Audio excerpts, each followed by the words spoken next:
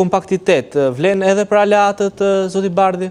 Për aleatët e Partisë Demokratike, ata të cilët morën vendet sigurta në listën e Partisë Demokratike? Deri në këtë moment, ne jemi në koordinim të përditshëm me të gjithë partitë tona aleate.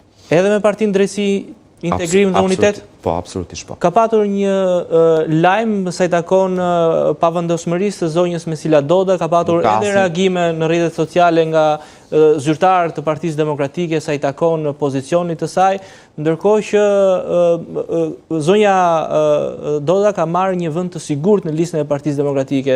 Duket që së pari do duhet qartësojmë që lista është e Partisë Demokratike dhe koalicionit të gjërë të partive politike që udhëhiqen nga Partia Demokratike. Kush mban përgjegjësi që zonja Doda sot një mandat të marrë nga demokratët, sot nuk e vendos në shërbim të grupit parlamentar që udhëhiqet ajo? Zonja Doda nuk është deputete e Partisë Demokratike. Zonja Doda është deputete e Partisë Drejtësi, Unitet dhe Integrim.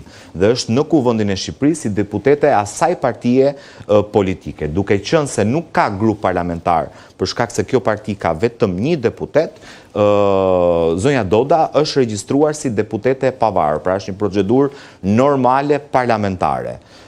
Sakon nuk arrim dot partia parlamentare të formojë një grup parlamentar, se duhen 7 deputet për të formuar një grup parlamentar, deputeti mbetet deputet i pavarur. Kjo është pjesë e procedurës normale parlamentare. Cilat janë marrëdhëniet e Partisë Demokratike me aleatin Partisë Drejtësi, Integrim dhe Unitet? Krejt normale, nëse e kujtoj sakt, vetëm dje mund të kem folur mbi 30 minuta për çështje që lidheshin me atë që po ndodhte në sallën e Kuvendit, edhe me kryetarin e partisë, edhe me zonjën Doda, që është edhe deputetja që përfaqëson atë parti në Kuvendin e Shqipërisë. Keni marrë një konfirmim për asaj që do jetë në dhe kemi shkëmbyer mendime se si do duhet silleshim në atë seancë me atë antikushtetues që po kryente majoranca. Zonja Doda do jetë në mbështetje të kauzave të opozitës apo? Zonja Doda sepse ka dy format. Ta sqarojmë dhe për publikun. Po, patjetër, prandaj edhe unë zgjodha t'ju krijon keq kuptime. Pra deputeti regjistrohet ose jo në një grup parlamentar dhe e shpjegova, sakon nuk ka 7 deputet, nuk mund të regjistrohet në asnjë grup parlamentar, prandaj regjistrohet si deputet i pavarur.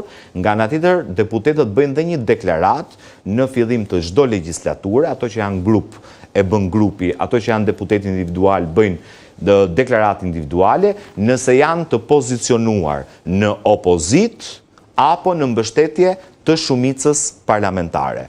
Dhe në dijenin time, zonja Doda është deklaruar si deputete në opozit me qeverinë e Edi Ramës. Okej, qartë. Zoti Bardhi, unë dua t'i kthehem pak fushatës elektorale, ju vazhdimisht bëni denoncime sa i takon që u ndjet i pafuqishëm zoti Bardhi në qarkun e Fierit apo nuk bët aq sa duhet?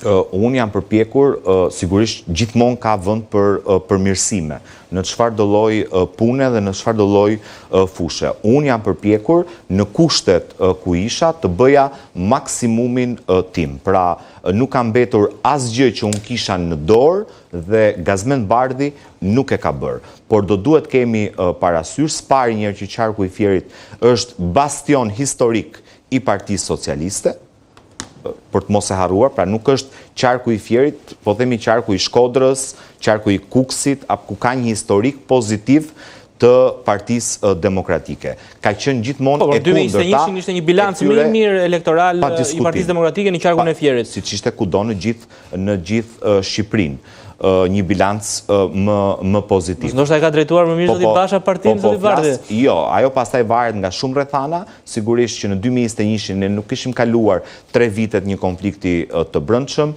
nuk ishte partia e përçar, nuk kishim kaluar në disa situata që në fakt si ka kaluar asnjë parti politike në 35 vite. Dhe rrethanat e caktuara politike sigurisht që sjellin edhe një rezultat caktuar politik. Sikundër, do duhet më besoni, sepse unë e kam kaluar edhe fushatën e 2021-shit, edhe fushatën e 2025-ës, në asnjë rast nuk mund të krahasohen. Kanë qenë bandat më agresive që bandat më agresive. Se ju keni qenë në qarkun e Elbasanit, që opozita jo pak herë ka denoncuar. Absolutisht, atje ishin bandat aktive, po këtu bandat ishin edhe aktive, edhe të fuqëzuara ekonomikisht në një formë të tillë që ishin të papërballueshme.